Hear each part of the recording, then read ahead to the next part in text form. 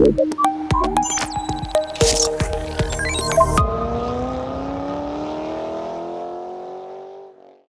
Times drive family, मैं हूं क्रांति संभव। स्वागत है आप सभी का टाइम्स ड्राइव पॉडकास्ट में, जो एक स्पेशल एपिसोड आज होने वाला है, क्योंकि इसमें कुछ एक जो सवाल पुराने पड़ गए थे उनको बदल के उनकी जगह कुछ नए सवाल हम जवाब उनका देने की ढूंढने की कोशिश करेंगे। और इसके अलावा ये भी कि केवल मैं ही जवाब नहीं दूंगा, हमारे साथ एक खास मेहमान भी है, अमित भट्ट, जो है managing director international council on clean transportation. अब अमित पहले भी आ चुके हैं, तो आपका फिर से स्वागत है हमारे इस वीडियो में। और जो हमारे दोस्त नहीं जानते हैं आपके फर्म के बारे में, सबसे पहले तो जो ऑटोमोबाइल के फैंस हैं उनको बताइए, ये जो फर्म है वो किस वजह से सबसे ज़्यादा चर्चित है इंटरनेशनली?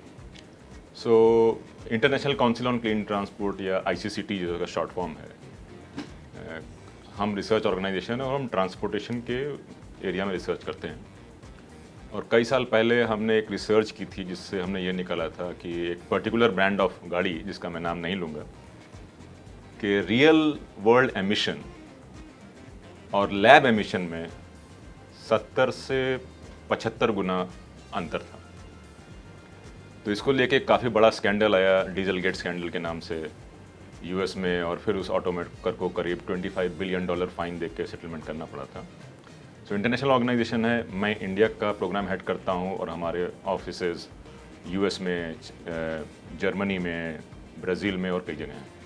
तो ये जो हमारे दोस्त गाड़ियों की दुनिया से जुड़े हैं उनको पता है ब्रांड ये कौन सी है, कौन सा क्या नाम है ये। लेकिन बैकग्राउंड इसी वजह से दिया था क्योंकि हम जो डिस्कस कर रहे थे, मैं और अमित जनरली डिस्कस कर रहे थे इस मुद्दे पर कि हम लोग रेंज एंग्जाइटी की बात करते हैं, चार्जिंग नेटवर्क की बात करते हैं, इलेक्ट्रिफिकेशन की बात करते हैं। लेकिन अब हमें लगता है कि ये डिस्कशन अब नेक्स्ट लेवल पे जाना चाहिए। बहुत सारे सवाल लोगों के दिमाग में अब ज़्यादा डीप सवाल आ गए, ज़्यादा इन्फॉर्म्ड सवाल आ गए हैं इलेक्ट्रिक व्हीकल्स को लेकर। तो कुछ एक इस पॉडकास्ट में करेंगे क्या, हम दोनों एक दूसरे से कुछ सवाल करेंगे, कुछ जवाब उसके ढूंढेंगे, क्योंकि अमित मोस्टली टेक्नोलॉजी और इलेक्ट्रिफिकेशन और जो सोशल चेंजेस और पॉलिसी, इन सब के ऊपर उन्होंने काम काफ़ी किया हुआ है जो पिछले ऑर्गेनाइजेशन में। और मैं जनरली, आपको पता ही है कि मैं आप लोगों को सलाह देता हूँ या टेस्ट ड्राइव करके बताता हूँ कि गाड़ी लेनी चाहिए नहीं लेनी चाहिए। कुछ एक मुद्दे के ऊपर हम दोनों की राय नहीं मिलती है, लेकिन कुछ एक आंसर्स आई थिंक मिल पाएंगे। पहला सवाल अमित, मैं ये पूछना चाहूँगा आपसे कि इलेक्ट्रिक के बारे में सबसे आजकल जो सबसे ज़्यादा डिस्कशन हो रहा है, कितने ग्रीन है इलेक्ट्रिक कार्स? बहुत अच्छा सवाल है, और ये सवाल हमसे पूछा गया था पिछले कॉप के टाइम में।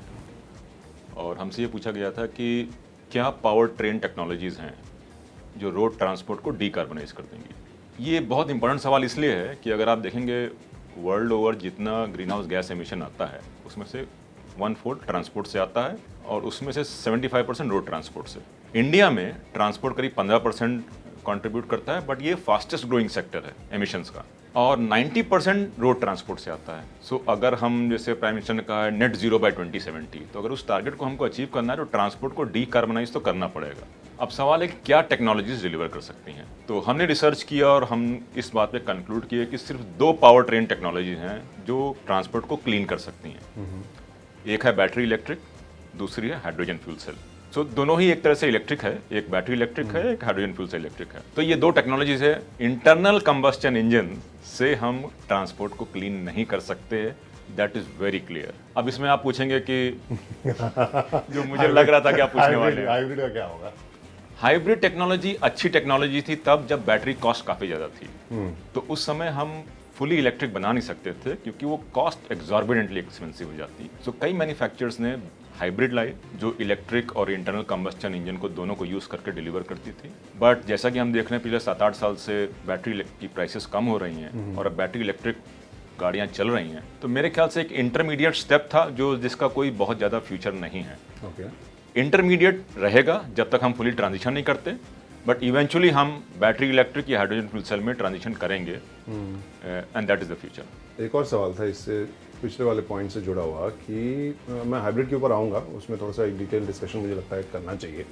हाल फिलहाल में नए प्रोडक्ट्स भी आए हैं और यहाँ ये जो मैं सवाल करना चाहता हूँ दूसरा कि ये तो आप कह रहे हैं कि इलेक्ट्रिक व्हीकल और फ्यूल सेल, तो फिर इंडिया में जब हम देखते हैं कितने 2/3 के आसपास हाइड्रोकार्बन जलाकर हम लोग बिजली पैदा करते हैं, तो आप उसको कैसे क्लीन मानते हैं? हाँ, ये भी सवाल कई बार आता है कि जब हम बिजली कोयले से बना रहे हैं तो क्या इलेक्ट्रिक व्हीकल्स ग्रीन है। सो रफली 75% हमारी बिजली फॉसिल फ्यूल से आती है। तो हमने रिसर्च की, हमने कार और टू व्हीलर दोनों लिया इंडिया में और उसकी कंप्लीट रिसर्च। तो मैं बता दूं, they research complete well to wheel, मतलब जो रिसर्च होती है प्रोडक्शन में, मैन्युफैक्चरिंग में, ऑपरेशन में, मेंटेनेंस में, इवेंचुअल डिस्पोजल, ये सारा आप वैल्यू चेन का एमिशन कैप्चर करें, पेट्रोल, डीजल, सीएनजी गाड़ियों का और इलेक्ट्रिक का।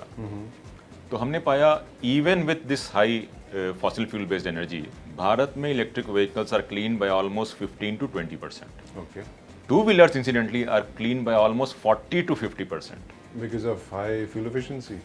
And lower battery. Okay, so main emission आता है बैटरी प्रोडक्शन में। टू व्हीलर्स हमारे बैटरी छोटी होती है तो एमिशन है। तो आप ये कह रहे हैं कि जो कोयला जलाते हैं उससे ज़्यादा बैटरी बनाने में एमिशन होता है।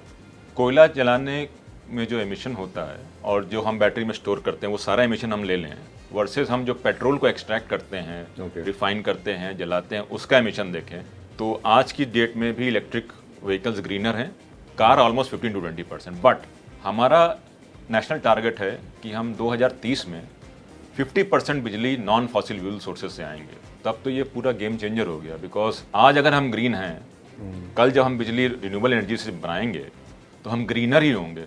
इंटरनल कंबशन इंजन में वो नहीं हो सकता। अब जो आपने कहा था वेल टू व्हील व्हील, तो वेल टू व्हील वाले में अगर हम इलेक्ट्रिक की बात करें, एक और मुद्दा आता है जो हाल फिलहाल में काफ़ी डिस्कस हो रहा है कि मोस्टली जो रॉ मटेरियल है बैटरी का, उसके ऊपर मोनोपोली चाइना की है, या जो भी अफ्रीका के जिस ट्रायंगल से सारा सामान निकल कर आता है वो भी बहुत क्लीन या एथिकल तरीके से शायद निकल कर नहीं आता है। उससे हम how do you see it? नहीं, एब्सोल्युटली। सो दो सवाल हैं। एक तो द क्वेश्चन है कि क्या हम अपनी एनर्जी, अभी आप देखें पेट्रोलियम प्रोडक्ट्स ऑलमोस्ट 90% हम इंपोर्ट करते हैं। तो सवाल ये आता है क्या हम वो इंपोर्ट एक पर्टिकुलर कंट्री से शिफ्ट करके दूसरी पर्टिकुलर कंट्री में चले जाएंगे जब हम इलेक्ट्रिक में जाते हैं। तो हमको ये समझना कि एक होता है सप्लाई चेन पे एक पर्टिकुलर कंट्री का कंट्रोल है अभी, बट इसका मतलब ये नहीं कि सारे मटेरियल वहाँ पैदा होते हैं। मटेरियल तो आपके लैटिन अमेरिका में हो रहे हैं, अफ्रीका में हो रहे हैं, ऑस्ट्रेलिया में हो रहे हैं और कई जगह हो रहे हैं। आज वो एक पर्टिकुलर कंट्री में प्रोसेस होता है, कल वो हमारे यहाँ पे प्रोसेस हो सकता है। सो हमको वो सप्लाई चेन पे अपना अधिकार थोड़ा सा बढ़ाना पड़ेगा, जो कि एक इंडस्ट्रियल पॉलिसी है। It has nothing to do with transport. So वो एक है। सेकेंडली, कई जगह माइनिंग होती है। अफ्रीका कई कंट्रीज के एग्जांपल दिए जाते हैं जहाँ चाइल्ड लेबर वगैरह इस्तेमाल होता है। अब मैं तो ये भी बोल सकता हूँ कि अब पेट्रोलियम की अगर आप देखें किस तरह से एक्सट्रैक्ट होता है, उसमें भी सारे इश्यूज हैं, बट सवाल वो नहीं है। सवाल ये है कि जब हम बैटरी मटेरियल्स की को हम दूसरे कंट्री से लेंगे, हम उसमें ऐसे इंस्ट्रूमेंट लगा सकते हैं that we can clean the production. अभी ये बड़ा अनऑर्गेनाइज्ड है, तो ये सारे इश्यूज आ रहे हैं। कल को जब ये ऑर्गेनाइज हो जाएगा तो ये इश्यूज रिजॉल्व हो जाएंगे, और जैसे जैसे बड़ी कंपनियां आएंगी इसमें ये और ऑर्गेनाइज होता चला जाएगा। आई गेस उसमें वो वाली जो लाइन आपने बोली थी अच्छी, आई मीन रेलेवेंट लाइन है कि जब हम लोग ऑयल ढूंढ रहे थे तो ऑयल मिल रहा था, अब लिथियम ढूंढ रहे हैं तो लिथियम मिल रहा है। बिल्कुल। अभी आपने पढ़ा ही होगा न्यूज़पेपर में कि जम्मू कश्मीर के पास एक बड़ा रिजर्व इंडिया में मिला है लिथियम का, जो शायद भारत में, वर्ल्ड में शायद तीसरा या चौथा लार्जेस्ट रिजर्व होगा। और लास्ट वीक ईरान के पास एक काफ़ी बड़ा रिजर्व मिला है। तो कई साल पहले तक हम पेट्रोल या डीजल या ऑयल ढूंढते थे तो हमको ऑयल मिलता था। अब हम मिनरल्स ढूंढ रहे हैं तो हमको मिनरल्स मिल रहा है। और मुझे लगता है और ऐसे रिजर्व डिस्कवर होंगे जिससे दिस होल इशू कि मिनरल्स इंडिया में है कि नहीं, कहाँ से आएंगे, वो शायद बहुत क्लियर होगा आने वाले समय में। चलिए, अब कुछ एक क्वेश्चन जो हमने सोशल मीडिया पे भी डाले थे, तो पहला तो जो बहुत ही कॉमन सवाल है, आई थिंक बेसिक रेंज और इन सब के बाद अब जो जिस तरह के लोग सवाल कर रहे हैं उसमें कि फास्ट चार्जिंग कितना हेल्दी होता है बैटरी के लिए। तो अभी अगर हम यूएस का डेटा देखें तो यूएस एनर्जी के हिसाब से 85% कार यूएस में होम चार्ज होती हैं, which is typically slow charging. Fast charging 15% होती है। इंडिया में भी अगर आप देखें जो लीडिंग मैन्युफैक्चरर्स का डेटा है तो 90-95% होम चार्जिंग होती है। डेस्टिनेशन चार्जिंग पर्सनल ट्रांसपोर्ट में हमेशा ही ज़्यादा रहेगी, चाहे वो होम हो या वर्क हो। फास्ट चार्जिंग पर्सनल यूजेस में तभी आती है जब आपको अनप्लान ट्रिप करनी होती है या कुछ लंबा ट्रैवल करना है, तो तब आप फास्ट चार्जिंग यूज़ करेंगे। सो पर्सनल केस में मुझे नहीं लगता 15-20% से ज़्यादा फास्ट चार्जिंग यूज़ करेंगे। डेस्टिनेशन चार्जिंग करेंगे तो आप स्लो चार्जिंग यूज़ करेंगे। दूसरा सवाल होता है कि क्या उससे बैटरी पे इम्पैक्ट पड़ता है। सो यूएस का या यूरोप का हम डेटा देखें तो वहाँ फास्ट चार्जिंग काफ़ी प्रेवलेंट है, कोई सब्सटेंटिव इम्पैक्ट नहीं होता बैटरी पे। बैटरी पे इम्पैक्ट उससे ज़्यादा होता है कि आप किस लेवल पे रिचार्ज करते हैं। तो आप हर टाइम अगर आप 4-5% पे ले आए और फिर आपने 100% रिचार्ज किया, ये साइकिल फॉलो करेंगे तो बैटरी लाइफ जल्दी ख़राब होगी। अगर आप टॉपअप करेंगे या 40-45% से आप 70-75-80% करते रहेंगे तो लाइफ बैटरी की ज़्यादा। मैंने एक जगह जो एक्सपर्ट ही थे, मतलब वो भी इंजीनियर ही हैं, तो वहाँ पर जहाँ तक मुझे ध्यान है उनका कहना था, जैसा आपने कहा कि एक्सट्रीम अगर डिस्चार्ज हो जाए उसके बाद हम लोग फुल पे अगर ले जाएं तो एक तो एनीवे आपने देखा होगा इलेक्ट्रिक व्हीकल्स को 80% से ऊपर जाने में वक्त ज़्यादा लगता है। दूसरा जो आप कह रहे हैं उस हिसाब से कि 20% से 80% के बीच में अगर बैटरी को चार्ज करें और 80% को रोक दें तो आई थिंक उतना इम्पैक्ट नहीं होता। That's what absolutely. So top up charging is much better than full charging. और एक और पॉइंट जो मैंने कहा विच मेक्स सेंस कि आप अगर वरीड है, आप अगर थोड़े से अप्रेंसिव हैं कि फास्ट चार्जिंग से बैटरी को नुकसान होगा या नहीं होगा, तो वहाँ पर ये डेटा आपके काम आएगा। क्योंकि अगर आप 10-15% ही टाइम जो है आपका या जो फ्रीक्वेंसी है वो फास्ट चार्जिंग से हो रही है तो फिर उतना टेंशन लेने की ज़रूरत नहीं है। और यहाँ पे मैं मतलब अपने सवालों जो दिमाग में आ रहे थे सवाल, उसमें से एक सवाल आमतौर पर जो होता है कि गाड़ी लो या ना लो, मैं उनको सलाह देता हूँ कि अगर आपके घर के आसपास चार्जिंग पॉइंट है और आप मेरी तरह मल्टी स्टोरी में नहीं रहते हैं, बहुत ऊंची उसमें नहीं रहते हैं फ्लैट्स में, तो फिर आपको अपनी फर्स्ट कार के तौर पर भी ऑप्शन के तौर पर इलेक्ट्रिक व्हीकल को देखना चाहिए। लेकिन मैं उनको ये बोलता हूँ कि ये ध्यान रखिए कि आपके घर के पास चार्जिंग वैसा नेटवर्क हो। ये सलाह जो मैं देता हूँ आपको, आप उससे सहमत हैं या आपको लगता है कुछ और इसमें ऐड करना चाहिए मुझे? सो आई थिंक बिगेस्ट प्रॉब्लम मुझे जो लगता है इलेक्ट्रिक व्हीकल अपटेक में पर्सनल यूज़ में कि सरकार आप इलेक्ट्रिक कार से आए? मैं इलेक्ट्रिक कार पार्क करके मेट्रो से आया हूँ। अच्छा, तो मेरी जर्नी फुली इलेक्ट्रिक है। बहुत बढ़िया। बट बिगेस्ट प्रॉब्लम होती है कि कितने पब्लिक चार्जिंग है, बट आप प्राइवेट चार्जिंग कर पा रहे हैं कि नहीं। सो मैं भी एक मल्टी स्टोर में रहता हूँ, मैं भी अपने RWA से पिछले 9 महीने से जूझ रहा हूँ कि एक इलेक्ट्रिक पॉइंट दे दो जिससे मैं अपने पार्किंग में गाड़ी चार्ज कर सकूँ, और वो नहीं दे रहे हैं। क्यों नहीं दे रहे हैं मुझे भी आज तक कोई रियल आंसर समझ में नहीं आया। उनका ये है कि वो मीटर लगाएंगे, फिर वो मीटर की रीडिंग कौन लेगा, उस पर वो सारा चल रहा है। सो अगर आपके पास पार्किंग है और आपके पास एक 15 एम्पियर के प्लग है, आपकी लाइफ सेट है चार्जिंग में। अगर वो 15 एम्पियर का प्लग नहीं मिल रहा है तो एक इशू है।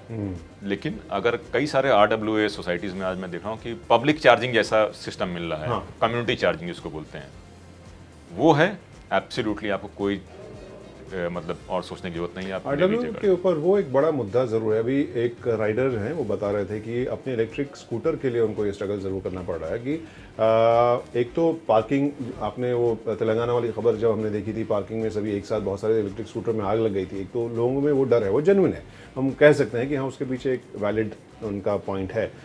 लेकिन उसका असर भी ये हुआ है कि कई सारे टू व्हीलर्स में जो रिमूवेबल बैटरीज हैं वो उनको लिफ्ट में लेके जाने, ऊपर ले जाने के लिए अलाउ नहीं कर रहे थे। कई जगह मैंने ये भी सुना है, और कई जगह ये कि मैं बेसमेंट में हम लोग पार्किंग प्लग पॉइंट नहीं देंगे, तो वहाँ अगर फट जाएगा तो क्या होगा। तो ये जो डर है वो एक बहुत बड़ा रेजिस्टेंस बन रहा है अडॉप्शन में। सो मेरे एक फ्रेंड हैं जो 22nd फ्लोर पे रहते हैं गुड़गांव में। उन्होंने गाड़ी ली और उनका RW तो नहीं, उनका डेवलपर ने कहा कि हम नहीं देंगे आपको प्लग पॉइंट। तो उन्होंने 21वें फ्लोर से तार गिराया है नीचे पार्किंग में, और उससे वो चार्ज कर रहे हैं। डेवलपर को उससे परेशानी नहीं है। अब वो समझिए उस तार का जो रेजिस्टेंस है, उनकी गाड़ी का 1-2 रुपए पर यूनिट तो उसी से बढ़ गया रेट। तो आई थिंक ये जागरूकता की बहुत ज़रूरत है। हम बोलते हैं इलेक्ट्रिक व्हीकल्स में आग लगे, ठीक है कुछ इंसिडेंट्स में है, बट क्या पेट्रोल या डीजल गाड़ियों में आग नहीं लगती है? क्या CNG गाड़ी, आप तो हमने जब ट्रांजिशन किया था दिल्ली में CNG, कितने सारे केसेस हुए। सो इनिशियल टीजिंग ट्रबल है, उसको रिजॉल्व किया जा सकता है। मुझे लगता है इसमें केवल सेफ्टी से ज़्यादा, आई डोंट नो, मुंह पे सब या फर्स्ट रिएक्शन ये होता है कि सेफ्टी, लेकिन मुझे उससे ज़्यादा पॉलिसी का प्रॉब्लम लगता है। बिल्कुल है ना, कि वहाँ पर अगर हमने प्लग लगा दिया, उसका बिल कौन देगा? वो आपने पार्किंग बेसिकली आपका एक पार्किंग भी सोसाइटीज़ में आप देखिए 3 से 4 लाख, मतलब जितना मुझे पता है आप एक पार्किंग के लिए देते हैं। एक पार्किंग अगर केवल उसके लिए डेडिकेट कर दिया तो वो बिल्डर के लिए वो एक नुकसान हुआ। उसकी बिलिंग कौन करेगा? कोई एक आदमी वहाँ पर पार्क है। तो आई थिंक पॉलिसी लेवल पे रेजिस्टेंस ज़्यादा है। और इसी आप देखें मोस्ट दिल्ली को छोड़ के बाकी सारी स्टेट गवर्नमेंट्स में अगर आप देखें, किसी ने आज क्लियर कट गाइडलाइन नहीं निकाली है कि ग्रुप हाउसिंग सोसाइटी में इलेक्ट्रिक व्हीकल की चार्जिंग कैसे होगी। सो दिल्ली गवर्नमेंट ने निकाली थी। दिल्ली ने निकाली है, उन्होंने एक पूरा स्टेप बाय स्टेप प्रोसेस बनाया, लेकिन मैं गुड़गांव में रहता हूँ, वहाँ पे नहीं है। सो अगर हम, और ये बहुत टेक्निकल प्रॉब्लम है, it's more of N administrative problem. कोई गवर्नमेंट ऑर्डर वगैरह आ जाता है जो बोलता है कि भाई RWA आप प्लीज़ दीजिए इनको, तो वो हो जाए, क्योंकि सबके पास अपनी पार्किंग है मोस्ट प्लेसेस में। आप इजीली 15 एम्पियर का प्लग लगाइए और उसको आराम से स्लो चार्जिंग कीजिए, your life will be set. आपको कभी पेट्रोल पंप में जाने की या फास्ट चार्जिंग की बहुत ही कम जरूरत पड़ेगी। अब उसी से जुड़ा जो आपने पॉइंट बोला था, उससे जुड़ा एक वो सवाल भी आया था मेरे दिमाग में कि हम हाउ डू वी कैलकुलेट जो हम लोग चार्ज करते हैं पर यूनिट। तो जैसे फ्यूल में बहुत ही सिंपल कैलकुलेशन होता है, बिजली में किस तरह से कैलकुलेट करते हैं कि कितना मेंटेनेंस या बिजली में चार्ज करने में कितना खर्चा आ रहा है? सो ये बहुत अच्छा सवाल है। तो टिपिकली आप लगा सकते हैं जितने किलोवाट आवर की बैटरी है उतना यूनिट आपको लगेगा उसको चार्ज करने में। तो मान लीजिए अगर मेरे पास नेक्सॉन है में 40 किलोवाट आवर की बैटरी है तो 40 यूनिट मुझे लगेगा उसमें। अब एक यूनिट अगर आप 5 रुपये की पकड़ लेते हैं तो 200 रुपये की चार्जिंग हो गई। अब 200 रुपये की चार्जिंग में आपकी 40 किलोवाट आवर की बैटरी थ्योरेटिकली 400 किलोमीटर चलेगी, वो प्रैक्टिकली तो 300 ही चलती है, 350 जैसे आप चलाते हैं। तो उसके हिसाब से आप कॉस्ट ऑफ ऑपरेशन निकाल सकते हैं। बट अगर आप मान लीजिए कई जगह प्राइवेट सेक्टर ने चार्जिंग सेट की है तो वो मीटर के जो बिजली का बिल है उसके ऊपर एक प्रीमियम लेते हैं 3-4 रुपये पर यूनिट का। तो जैसे मेरे यहाँ है तो जो RWA की जो रेट है उसके ऊपर 4 रुपये वो एक्स्ट्रा लेते हैं, जिसमें वो इंस्टॉल करते हैं, मैनेज करते हैं चार्जर। तो मेरा 11-11.5 रुपये पर यूनिट खर्चा आ जाता है। आप फास्ट चार्जिंग करने जाएंगे वो और ज़्यादा हो जाता है, तो 18-20 रुपये हो जाता है। तो वो इकोनॉमिक्स उसके हिसाब से चेंज करती है। बस मोटा मोटा जितनी किलोवाट आवर की बैटरी है उतनी यूनिट आपको लगेगी, उस यूनिट को आप रेट से मल्टीप्लाई करिए तो आपको वो मिल जाएगा। आपने काफ़ी सिंप्लीफाई कर दिया। इसमें एक और प्रैक्टिकल एस्पेक्ट जो हाल फिलहाल में हम अपने जो दोस्त लोग हैं या व्यूअर्स हैं उनको हम लोग बोलते हैं कि जब आप इस तरह इलेक्ट्रिक व्हीकल ले रहे हैं तो आपके लोड के ऊपर भी आप ध्यान रखें, क्योंकि अगर फॉर एग्जांपल जिस तरह से गर्मी हम यहाँ देखते हैं, घर में अगर 2 AC आप चला रहे हैं और साथ में अगर उसी टाइम पे अगर आप चार्ज भी कर रहे हैं तो वो आप कौन सा रेंज देखते हैं, कितना लोड जो है जनरली लोगों को देखना, क्योंकि ये ऐसी चीज़ है जो आमतौर पर लोग मिस कर जाते हैं। बिल्कुल। तो अगर आप मान लीजिए 3 बेडरूम फ्लैट में हैं, आपके पास 4 AC है, अगर आप चारों AC को एक साथ ऑन कर देंगे तो आपका मीटर ट्रिप हो जाएगा। इसलिए नहीं कि हमारे पास उतनी बिजली नहीं है, इसलिए कि उस समय हमारे पास उतनी बिजली नहीं है। या इसका सिंपल लैंग्वेज में बोलूँ कि अगर दिल्ली गुड़गांव के सारे लोग एक ही दिन एक ही टाइम पेट्रोल पंप चले गए गाड़ी तेल भराने तो कोई नहीं भरा पाएगा।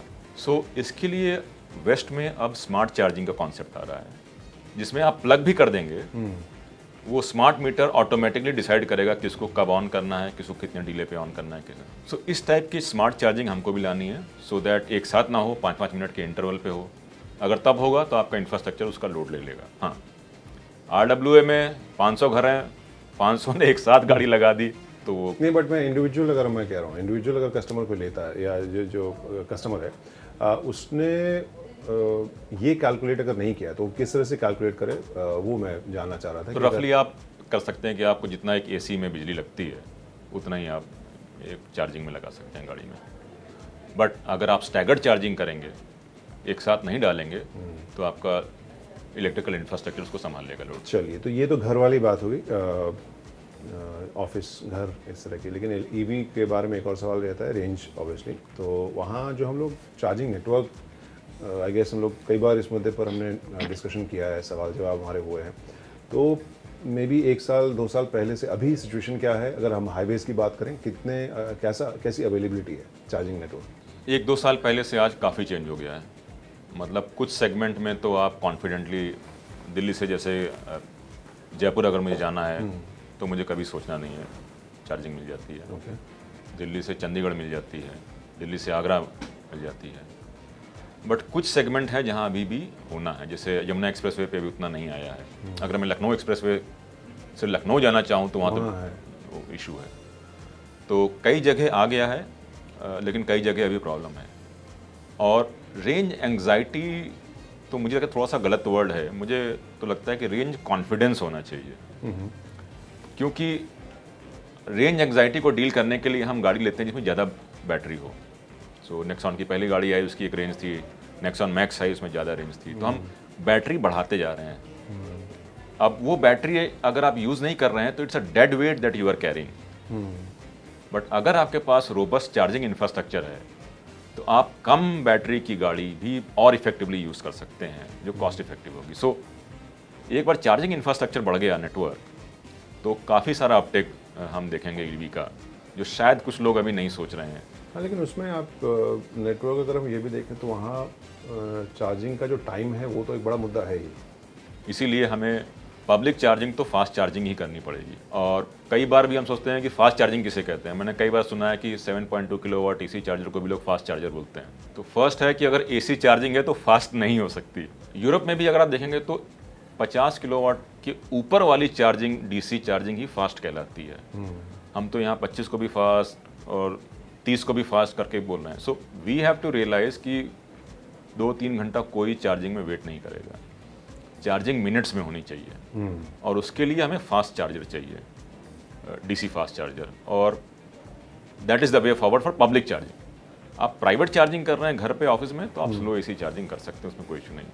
और जो प्राइस की आप बात बोल रहे थे ईवीज, क्योंकि अभी भी जिस तरह से हमें मोटे तौर पर जानकारी रहती है एटलीस्ट 40% जो गाड़ी की कीमत है वो बैटरी की होती है, तो वो फ्यूचर किस तरह से आपको देखने को मिल रहा है? कम होंगे? आई मीन दाम इनके क्या होगा?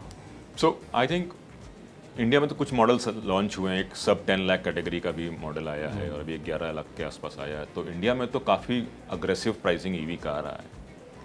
बट कॉस्ट ईवी का इसलिए ज़्यादा है क्योंकि बैटरी का कॉस्ट ज़्यादा है। तो 40-45 डिपेंडिंग कितनी बड़ी बैटरी कहेगी, 50% भी बैटरी की कॉस्ट हो सकती है। सो ग्लोबली बैटरी प्रोडक्शन का कॉस्ट कम होगा तो ईवी का कॉस्ट कम होगा। बट इंडिया में भी PLI स्कीम आई है, परफॉर्मेंस लिंक इंसेंटिव स्कीम, जिससे बैटरी मैन्युफैक्चर को इंडिया में एनकरेज किया जा रहा है। अभी हम मैन्युफैक्चर नहीं करते हैं, अभी हम सेल इंपोर्ट करते हैं, पैक यहाँ बनाते हैं, बट उसमें हम सेल ही बनाएंगे। सो 2025 के बाद मेक इन इंडिया बैटरी जानी शुरू हो जाएंगी। तब लगता है हमें कि प्राइस और भी कम होगा और ईवीज और भी चीपर हो सकते हैं। तो 2030 में जो रीडिंग है, आपको लगता है कि उससे ज़्यादा अग्रेसिव अडॉप्शन होगा? मतलब अभी जो अलग अलग रिपोर्ट है उसके हिसाब से 25-30% इलेक्ट्रिफिकेशन होगा। यू थिंक इससे ऊपर भी जा सकता है? मेरे ख्याल से जा सकता है। आई एम वेरी होपफुल कि 2030 में एटलीस्ट हम 30% टच कर लेंगे। 2-3 साल पहले अगर कोई बोला होता कि क्या दिल्ली के इलेक्ट्रिक व्हीकल सेल्स में 10% इलेक्ट्रिक होगा कमर्शियल व्हीकल सेल में, तो हम और आप भी शायद हंसते, क्योंकि उस समय कुछ था ही नहीं है। दिल्ली में आज हम 10% रीच कर गए हैं। जितना भी व्हीकल सेल होता है the 10% is electric. So growth is exponential. हाँ, बट उसमें तो वो भी एंगल है ना कि ई रिक्शाज जो हैं वो आपको वॉल्यूम के हिसाब से वो बड़ा नंबर दे देते हैं आपको। हाँ, दिल्ली में 2 व्हीलर का नंबर काफ़ी ज़्यादा है, यूपी में ई रिक्शाज का नंबर ज़्यादा है, बट नंबर्स तो काफ़ी इंक्रीज़ हो रहे हैं। और अभी कुछ टाइम पहले रिसर्च भी आई थी कि 2028-30 के आसपास 2 व्हीलर सेगमेंट में तो हम ऑलमोस्ट ट्रांजिशन देख लेंगे टूवर्ड्स इलेक्ट्रिक। कार में टाइम लगेगा बिकॉज प्राइस को और भी कम होना है, but at least commercial vehicle segment में तो मैं ट्रांजिशन देख रहा हूँ। जो राइड हीलिंग सर्विसेज हैं they are shifting to electric, high usage shifting to electric. Mass segment में अगर 6-7 लाख के आसपास कोई गाड़ी आ गई, then I think that increase will be. वो इंटरेस्टिंग होगा देखना।